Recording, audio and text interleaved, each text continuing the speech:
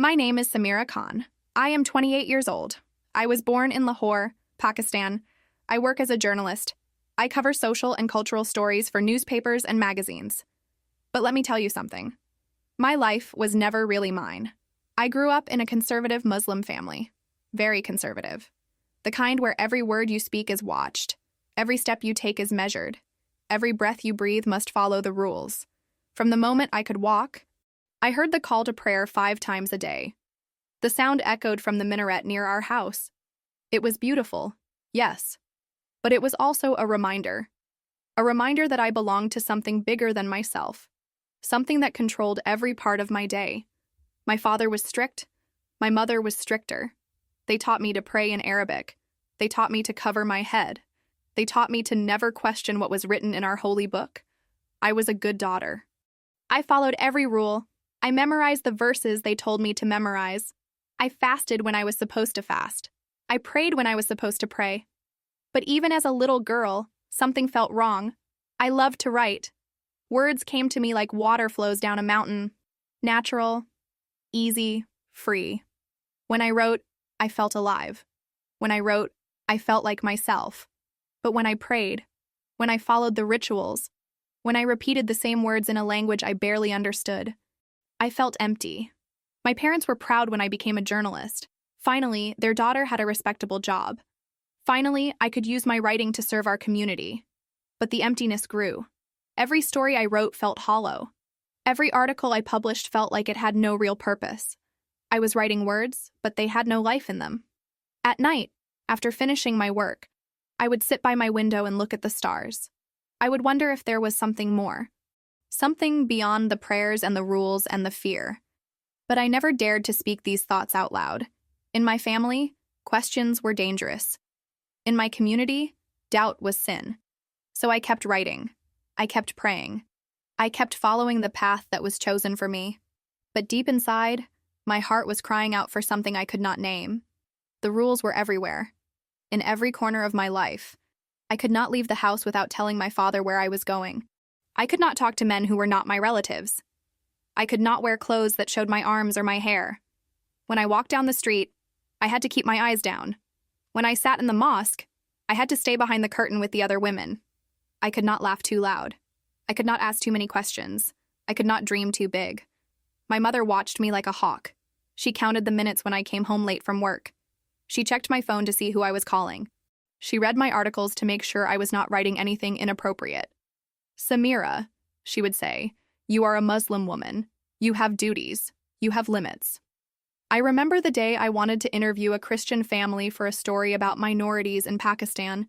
My editor approved it. But when I told my father, he shook his head.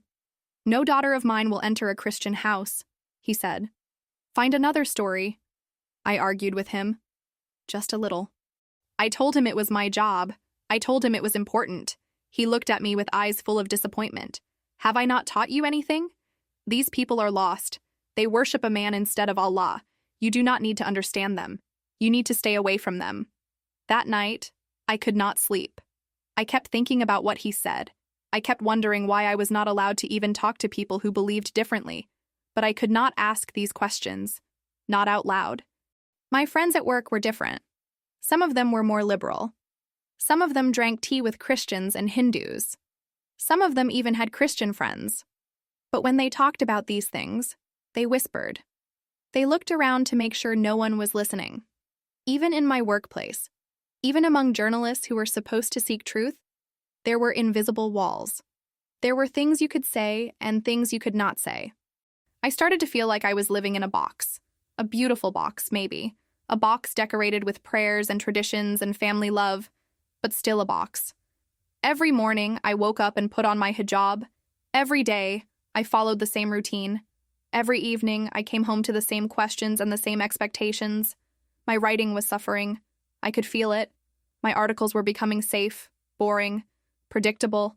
I was writing about social issues, but I could not write about the real issues. I was writing about culture, but I could not question the culture that was suffocating me. One day, I was assigned to cover a story about women's education in rural areas. I interviewed dozens of girls who dreamed of becoming doctors and teachers and engineers, but when I asked them about their faith, about their doubts, about their fears. They all gave me the same answers, the same rehearsed words, the same empty phrases. I realized they were just like me, living in boxes. Beautiful, decorated boxes. That night, I looked at myself in the mirror. I saw a young woman with tired eyes. I saw someone who was slowly disappearing. I whispered a prayer. But for the first time in my life, I was not praying to ask for blessings. I was praying to ask for freedom. I did not know if anyone was listening. The emptiness was getting worse. Every Friday, I went to the mosque with my family. I listened to the imam speak about submission and obedience. I heard the same words about paradise and hell. I felt the same fear about Judgment Day. But something inside me was rebelling. When I bowed my head during prayer, I felt nothing. When I recited the verses I had memorized since childhood, the words felt like stones in my mouth. I started to notice things I had never noticed before. The way the women were separated from the men by a thick curtain. The way we were told to be silent while the men made all the decisions. The way questions were discouraged, even forbidden. I watched my younger sister, Fatima. She was 18 and getting ready to marry a man our parents had chosen for her. She was not happy. I could see it in her eyes. But when I asked her how she felt, she said, "It is Allah's will, Samira. We must accept what is written for us." Her words made my heart ache. Not because she was wrong, but because she sounded exactly like me just a few months earlier. I was losing faith, not just in the rules and traditions, but in the very foundation of everything I had been taught. At work, I started asking different questions. When I interviewed religious leaders, I asked them about doubt, about freedom, about choice. They all gave me the same answers. Doubt is from Satan. Freedom is an illusion. Choice is rebellion against God. But their words felt empty. They felt rehearsed. They felt dead. I began to study other religions in secret. I read about Hinduism and Buddhism and Sikhism. I learned about their beliefs and their practices. They were different, but they were also the same. Rules, rituals, fear, control. None of them satisfied the hunger that was growing inside me. I remember the night I decided to test my faith. I skipped the evening prayer. I just did not do it. I sat in my room, waiting for something terrible to happen, waiting for punishment, waiting for guilt to overwhelm me, but nothing happened. The sky did not fall. Lightning did not strike me. I did not feel the wrath of God. I felt free. For just a moment, I felt free. The next morning, I tried to pray again, but the words would not come. They stuck in my throat like dry bread. I realized I was losing my ability to believe in the God I had been taught to worship, the God of rules and fear and judgment, but I was not losing my belief in God entirely. I still felt there was something, someone, bigger than me, bigger than all of us. I just did not know who he was. My appetite disappeared. I stopped eating properly. I stopped sleeping well. My mother noticed. "Samira, what is wrong with you?" she asked. "You look sick. You look troubled." I wanted to tell her everything. I wanted to pour out my heart and confess my doubts and my fears and my hunger for something real. But I could not. She would not understand. She would be horrified. So I lied. I told her I was stressed about work. I told her I was tired. She made me special tea. She prayed over me. She recited verses for my protection. But her prayers felt like chains around my neck. I started having dreams. Strange dreams. Dreams about light and darkness.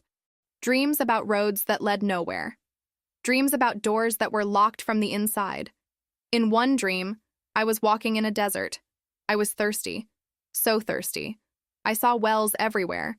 But when I reached them, they were all dry. I would wake up with tears on my cheeks. My writing changed too. My articles became more personal, more searching. I started writing about questions instead of answers. My editor noticed. "Samira," he said, "your work is becoming too philosophical, too abstract. People want news, not riddles." But I could not stop. The hunger was driving me. The need to find something real, something true, something that would fill the growing emptiness inside me. I did not know that I was being prepared for something, someone. I did not know that my hunger was actually a calling. I just knew that I was dying inside. and I needed to find life before it was too late. It happened on a Tuesday morning in March. I was covering a story about street vendors in the old city. The usual assignment. Nothing special. Nothing that would change my life forever. But God had other plans. I was interviewing an elderly man who sold books from a small cart. His name was Yusuf. He was quiet, gentle, different from the other vendors who shouted and argued and complained about business. When I asked him about his life, he smiled. Not the fake smile people give to journalists. A real smile. A smile that came from somewhere deep inside. "Sisters," he said, "I have peace." The word hit me like lightning. Peace. I had not heard anyone say that word and mean it. Not in years. "Peace?" I asked. "How can you have peace? You live on the street. You barely make enough money to eat." He looked at me with kind eyes. Eyes that seemed to see right through me. "Peace does not come from money, sister. It comes from knowing who loves you." I felt something stirring in my chest. Something I could not name. "Who loves you?" I asked. He glanced around. Left and right, making sure no one was listening. Then he whispered, "Jesus." My heart stopped. Jesus. The prophet we were taught to respect but never worship. The man Christians claimed was the Son of God. "Jesus," I repeated. Yusuf nodded. "He changed everything for me, sister. Everything." I should have walked away. I should have ended the interview right there. I should have reported him to the authorities. But I could not move. There was something in his voice. Something in his face. Something I had been searching for without knowing it. "I cannot talk about this," I stammered. "I understand," he said gently. "But if you ever want to know more..." He reached into his cart and pulled out a small book. It was worn. Old. The cover was faded. "Take this," he whispered. "Read it when no one is watching." I looked at the book. My hands were shaking. "What is it?" "The New Testament," he said. "The words of Jesus." I should have refused. I should have thrown it back at him and walked away. Instead, I grabbed it. I shoved it into my bag. I mumbled a quick goodbye and ran. My heart was pounding as I walked back to the office. The book felt like it was burning through my bag. Like everyone could see it. Like everyone knew what I was carrying. That night, I locked my bedroom door. I waited until everyone was asleep. Then I pulled out the book. I opened it to a random page. The first words I saw were from someone named John. "In the beginning was the Word, and the Word was with God, and the Word was God." I did not understand what it meant, but something about those words made me keep reading. I read about Jesus walking on water. Jesus feeding thousands of people with just a few loaves of bread. Jesus healing the sick and raising the dead. But it was not the miracles that caught my attention. It was the love. Jesus loved everyone. The rich and the poor, the religious and the sinners, the Jews and the Gentiles. He did not separate people behind curtains. He did not make lists of who was worthy and who was not. He just loved. I read until my eyes burned. I read until the sun started to rise. When I finally closed the book, I felt something I had never felt before. Hope. Not hope for paradise after death. Not hope for rewards if I followed enough rules. Hope for life. Real life. Here and now. But I was also terrified. If my family found out. If my community found out. If my colleagues found out. I hid the book under my mattress. I tried to forget about it. But I could not. The words stayed with me. The love stayed with me. The peace I had seen in Yusuf's eyes stayed with me. For the first time in months, I fell asleep without crying. And for the first time in my life, I dreamed about light. Warm, beautiful, welcoming light. I could not stop reading. Every night, I would wait for my family to sleep. Then I would pull out the small book and read by the light of my phone. I read about Jesus forgiving a woman caught in adultery. I read about him eating with tax collectors and sinners. I read about him saying, "Come to me, all you who are weary and burdened, and I will give you rest." Those words broke something inside me, something that had been hard and closed for years. I was weary. I was burdened. I wanted rest. But I was also scared. 3 weeks after meeting Yusuf, my editor assigned me to cover protests in Karachi. Social unrest. Violence in the streets. A dangerous assignment. I was supposed to stay in a hotel, but the hotels were full. My editor found me alternative accommodation. A Christian family. The Massey family. My heart raced when he told me this was it. This was my chance to see how Christians really lived. My father was not happy. Why them, Samira? Why not a Muslim family? Papa, it was the only option. I lied. I have no choice. He frowned but said nothing more. The Massey family lived in a small house in a poor neighborhood. Mr. Massey was a teacher. Mrs. Massey was a nurse. They had 2 young children. They welcomed me like I was their own daughter. That first evening, they invited me to join them for dinner. Before eating, they held hands around the table. Would you like to pray with us, Samira? Mrs. Massey asked gently. I nodded, not knowing what to expect. Mr. Massey closed his eyes and spoke to God like he was sitting right there with us. Not in Arabic, not in formal, memorized words. In simple Urdu, like he was talking to a friend. Thank you, Jesus, for bringing Samira safely to our home. Thank you for this food. Thank you for your love. I felt tears in my eyes. I had never heard anyone pray like that before. That night, Mrs. Massey knocked on my door. Samira, she said softly, would you like to hear about Jesus? My heart pounded, but I nodded. She sat on my bed and told me things I had never heard before. She told me that Jesus was not just a prophet. He was the Son of God, God in human form. She told me he came to earth not to give us more rules, but to free us from rules.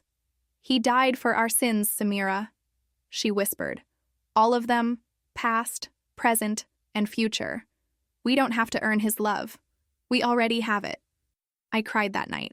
I cried for hours. The next day, I called my mother. I was supposed to check in every evening. How are you, Beta? She asked.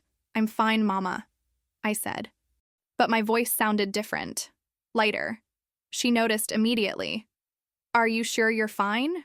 You sound strange. Fear shot through me. I'm just tired, Mama. The work here is hard. But when I hung up, I knew she suspected something. On my 3rd night with the Massey family, I could not sleep. I was thinking about everything Mrs. Massey had told me. About Jesus dying for me. About love that I did not have to earn. I got out of bed and knelt on the floor.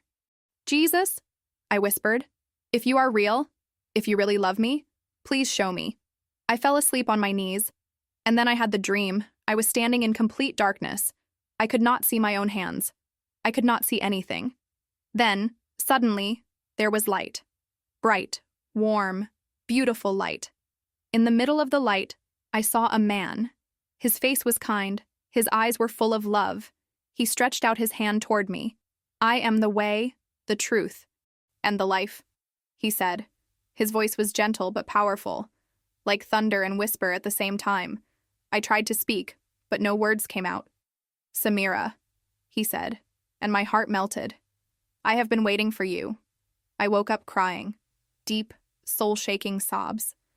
I knew it was Jesus. I knew he was real. I knew he loved me, but I also knew my life would never be the same. When I returned to Lahore, my mother was watching me, really watching me. You are different, Samira, she said. What happened in Karachi? Nothing, Mama. I just learned a lot about journalism. But she was not convinced. She started checking my things, my phone, my laptop, my writing. One day, she found one of my articles where I had written about love conquering fear and hope beyond traditions. What is this? She demanded. Why are you writing like this? I tried to explain. I told her I was just exploring new ideas, new ways of thinking. Her eyes narrowed. Have you been talking to Christians, Samira? My blood turned cold. No, Mama, of course not. But she did not believe me. That night, I heard her talking to my father in whispers. I heard my name. I heard the word dangerous. I knew I was in trouble. And I knew this was just the beginning. The surveillance got worse. My mother started following me to work. She checked my computer history every night. She listened to my phone calls from the next room. My father began asking strange questions at dinner. Samira, tell me about the Christians you met in Karachi. I told you, Papa. They were just my hosts, nothing more. And what did they teach you about their religion? They didn't teach me anything. We barely talked. But my lies were getting harder to tell, and harder to believe. The truth was, I could not stop thinking about Jesus. I could not stop remembering his voice in my dream. I could not stop feeling the love I had experienced in that light. I kept reading the New Testament in secret. I hid it in different places every day. Under my pillow, in my closet, inside other books. I read about Jesus healing a blind man. I read about him raising Lazarus from the dead. I read about him forgiving his enemies while he was dying on the cross. Each story made my heart burn with longing. One evening, I was reading about the thief on the cross, the man who was dying next to Jesus. In his final moments, he believed, and Jesus told him, "Today you will be with me in paradise." I closed the book and pressed it against my chest. "That's what I want," I whispered. "I want to be with you." But I was terrified of the cost. If I became a Christian, I would lose everything: my family, my job, my safety, maybe even my life. I spent 3 sleepless nights wrestling with God. On the 3rd night, I could not take it anymore. I got out of bed at 2 a.m. I knelt on my bedroom floor. I opened the New Testament to the story of the thief on the cross. "Jesus," I whispered. "I don't know how to do this. I don't know the right words. I don't know the right prayers." Tears were streaming down my face. "But I believe you are who you say you are. I believe you died for me. I believe you love me." The room felt different suddenly, warmer, peaceful. "I am sorry for all my sins. I am sorry for living my whole life without you. Please forgive me." I felt something lifting off my shoulders, something heavy that I had carried for years. "I want to follow you, Jesus. I want you to be my Lord, my Savior, my everything." I stayed on my knees for an hour, maybe 2 hours. I lost track of time. But when I finally stood up, I was not the same person who had knelt down. I was born again. I felt clean. I felt free. I felt loved in a way I had never experienced before. For the first time in my life, I understood what peace meant. Real peace. The peace that Yusuf had. The peace that the Masih family had. Now it was mine too.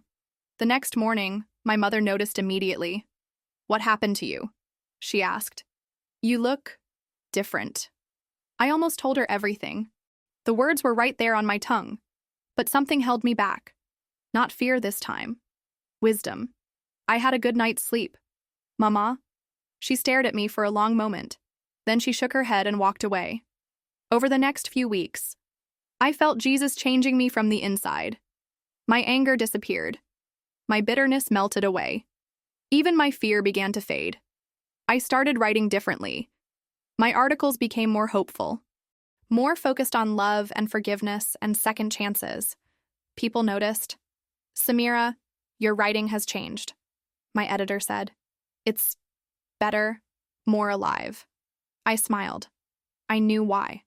But I also knew I could not hide forever. Jesus was too big to keep secret. His love was too powerful to contain. I began leaving small hints in my articles. A quote about forgiveness here. A story about redemption there. Nothing obvious. Nothing that would immediately expose me. But enough to plant seeds. I started helping poor families in my neighborhood. I began visiting sick people in hospitals. I gave money to beggars on the street. My family was confused. "Why are you doing all these things, Samira?" my sister asked. "Because we should help people," I said. "But you never cared about these things before." She was right. I never had. But Jesus was teaching me to see people the way he saw them, with love, with compassion, with hope. I knew I was walking on dangerous ground. I knew discovery was only a matter of time. But I could not go back. Jesus had set me free.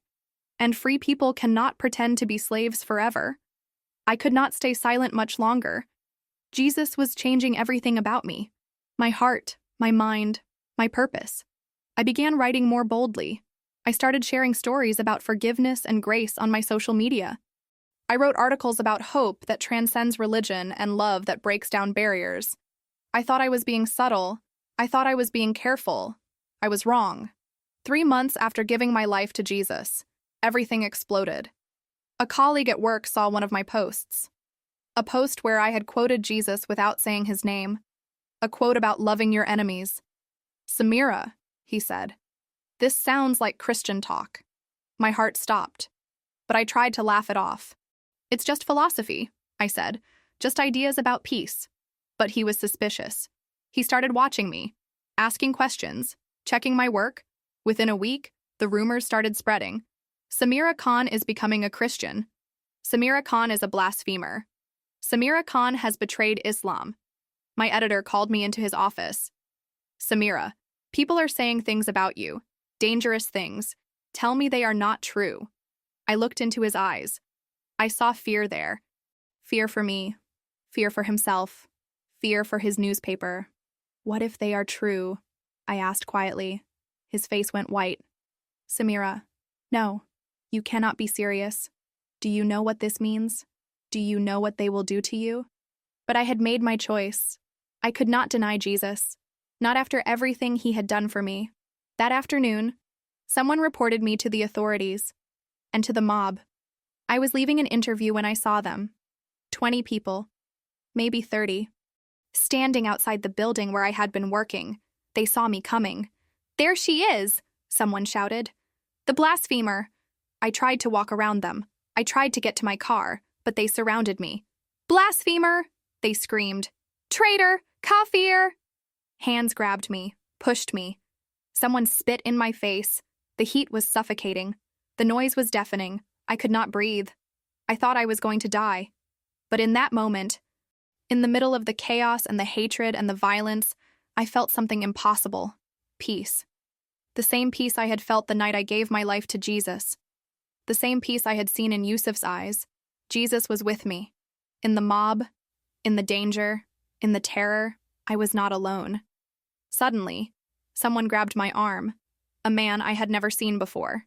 He pulled me through the crowd and pushed me into a car. Drive, he shouted to the driver. We drove for miles in silence. When we finally stopped, I turned to thank him. But he was gone. The car was gone. I was standing alone on an empty street. To this day, I do not know who he was, but I believe Jesus sent him. I could not go home. I could not go to work. I could not stay in Lahore. With the help of some Christian friends I had met secretly, I escaped to a small village far from my family, far from everyone who knew me. I had to leave everything behind. My job, my house, my name, my old life. But I was not sad. I was free. Now I live quietly. I work as a teacher in a small school. I help other Christians who are facing persecution. I write again, but under a different name. My family thinks I am dead. Maybe it is better that way. Maybe it keeps them safe. I miss them. I pray for them every day. I pray that someday they will understand. Someday they will meet Jesus too. My life is simple now. Hard sometimes. Dangerous always. But I have never been happier. I have Jesus. I have peace. I have purpose. I have real life. Brother, sister, wherever you are listening to this, I want you to know something. Jesus is real. His love is real. His power is real. He saved me from a mob of angry people. But more than that, he saved me from a life of emptiness and fear. You might be afraid of what it will cost to follow him. I understand. I was afraid too. But what it costs to follow Jesus is nothing compared to what it costs to live without him. If you are searching for truth, stop searching. You have found it. His name is Jesus. If you are hungry for love, stop starving. He loves you more than you can imagine. If you are tired of religion, I have good news. Jesus did not come to give you religion. He came to give you relationship. With him, pray for me. Pray for all the Christians who are suffering for their faith. And remember, no matter how dark your situation is, Jesus is the light of the world. He will find you, just like he found me.